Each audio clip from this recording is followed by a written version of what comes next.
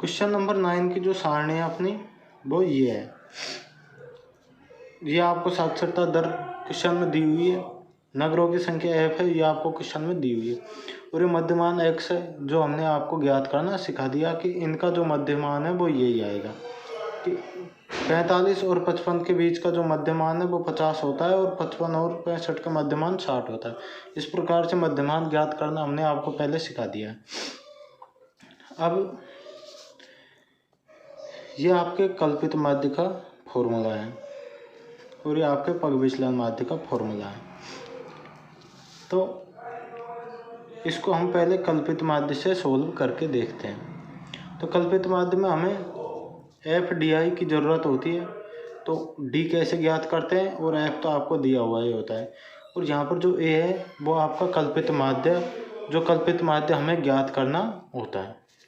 तो इसमें कल्पित माध्य में कुछ नहीं करना होता है, जो आपका मध्यमान होता है उसमें से हम कल्पित माध्य मानते हैं, लेकिन इसके लिए हमें जो सबसे बड़ी बारंबारता होती है उसके सामने का जो मध्यमान है वो अपना कल्पित माध्य होता है। तो इसका कल्पित माध्य मतलब कि ए कितना है, कल्पित माध्य ए बराबर 70 है, क्योंकि सबसे बड़ी बारंबारता 11 है और 11 का जो आपका माध्यमान है वो 70 है। तो ये अपना ए हो गया कल्पित माध्य।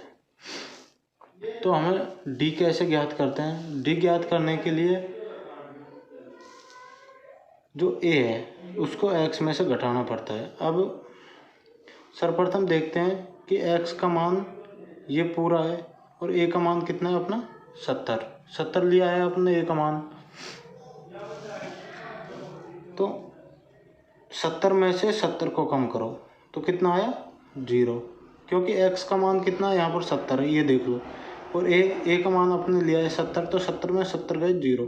अब यहाँ पर x का मान है 80 में से 70 कम करेंगे तो 10, और 90 में से इसी प्रकार 70 कम करेंगे तो 20। तो यहाँ पर जो आया है उनका जस्ट अपोजिट करके लिख देते हैं कि 10 आया तो इसको -10, और यहाँ पर 20 आया तो इसको -20 लिख दिया। या तो आप डायरेक्ट इस प्रकार लिख सकते हो, आप चाहो कि हम तो इस प्रकार नहीं लिखना चाहें तो घटा के लिख दो। इसके बाद आता है आपका एफ डी मतलब एफ और डी को गुणा करके लिखना होता है। तो इन दोनों को गुणा करके लिखेंगे तो कितना हो गया -60 -100, ये 0, ये 80 और ये हो गया आपका 60। तो अब सिग्मा एफ डी इनको जोड़ करके लिखो सबको। तो -60 से तो +60, ये तो कैंसिल हो जाएंगे, माइनस का 100 है और प्लस का 80 है, तो कितना आए यहाँ पर -20। इसी प्रकार इनको जोड़ते हैं अपन सिग्मा एफ को। तो सिग्मा एफ को जोड़ेंगे तो 10 और 3 13, 13 और 11 24, 24 और 3 27, 27 और 8 35।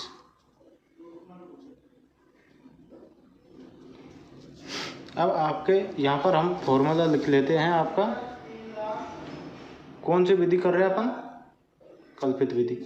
कल्पित विधि का जो फॉर्मूला होता है माध्य का, तो वो कौन सा होता है,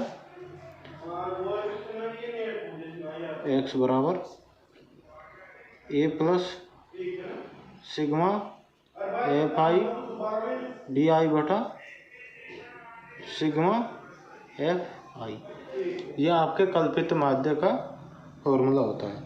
तो यहाँ पर अपन ने a का मान कितना दिया था 70, ये 70 लिख दो, प्लस सिग्मा एफ और डी आई का मान -20 बटा सिग्मा एफ आई का मान कितना है 35, ये 35। अब इनको अपन को सोल्व करना है।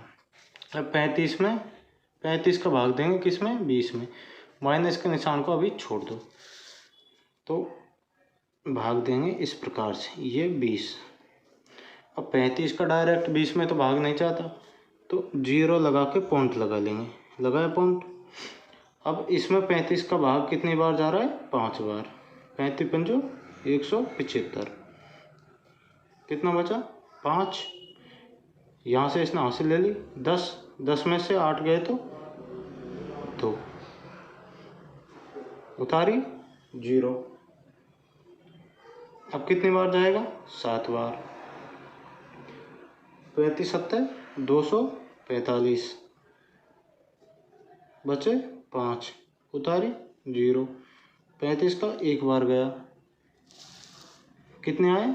35 एकम 35, बचे 5, इस उल्टी दे दी, बचे 1। तो इस प्रकार से आपके आगे ये तो जाता ही जाएगा। अब जिसको भी इस प्रकार से कि भाई क्या पता कि कितनी बार भाग जा रहा है, तो इस प्रकार से गुणा करके देख लो। 35 × 5, 35 × 7, इस प्रकार से आप गुणा कर करके चेक कर लो। तो अपना इधर आ रहा है 70, माइनस के चिन्ह को माइनस रहने दो। कितना आया? 0.571। तो अब इसको माइनस कैसे करेंगे? इस प्रकार देखो, 70 पॉइंट के बाद में कितने भी 0 लगा लो, उसका कोई महत्व नहीं होता है नॉर्मली संख्या में। तो इसमें से माइनस कर रहे हैं अपन 0.571। 10 में से 1 गया तो 9, 10 में से 8 गया तो 2, 10 में से 6 गए तो 4, और यहाँ पर ये 69। तो जो आपका आंसर है वो कितना आया? 69.429। ये आपका आंसर है। हम अब क्वेश्चन नंबर 9 को ही पग विचलन विधि के द्वारा करके देखते हैं। तो इसमें करना क्या होता है? सर्वप्रथम आपको सूत्र तो हर किसी विधि का याद रखना पड़ेगा, क्योंकि जब आपको सूत्र ही पता नहीं होगा तो आपको कैसे पता चलेगा कि भाई हमें सारणी में किसका मान ज्ञात करना है। तो उसके लिए अपन को सूत्र याद होना ज़रूरी है। सूत्र मैंने जहाँ क्वेश्चन करवाया वहाँ विधि का कि भाई कौन सी विधि है, उसका क्या फॉर्मूला है, वो आपका लिखवा दिया है। पग विचलन विधि में हमें ज़रूरत पड़ती है सिग्मा FI UI की। तो U कैसे ज्ञात करेंगे? D/H। तो D तो अभी आपने पहले जस्ट कल्पित विधि निकाली थी, उसमें अपन ने D का मान निकालना आपको बताया था। H है, H का मतलब है कि इनके अंतराल कितना है। अंतराल आपको अभी बता देंगे कि अंतराल कैसे ज्ञात करते हैं। फिर सिग्मा FI UI मतलब है कि बारंबार तो और U को गुणा करके इसमें लिखेंगे तो इसका जो योग होगा वो यहाँ पे काम आएगा। चलो देखते हैं। तो जो आपका x है मध्यमान, तो वो तो हो गया इसका 50, इसका 60, इसका 70, इसका 80 और इसका 90। यह आपका मध्यमान होगा। D जस्ट अभी आप हमने निकाला था, आपको पता हो तो D अभी जस्ट ऐसे ही निकाला था ये कि कल्पित माध्य मानते हैं, उसका सबसे बड़ी बारंबारती होती है, उसका मध्यमान 70 है तो इसको 0 मान लेंगे।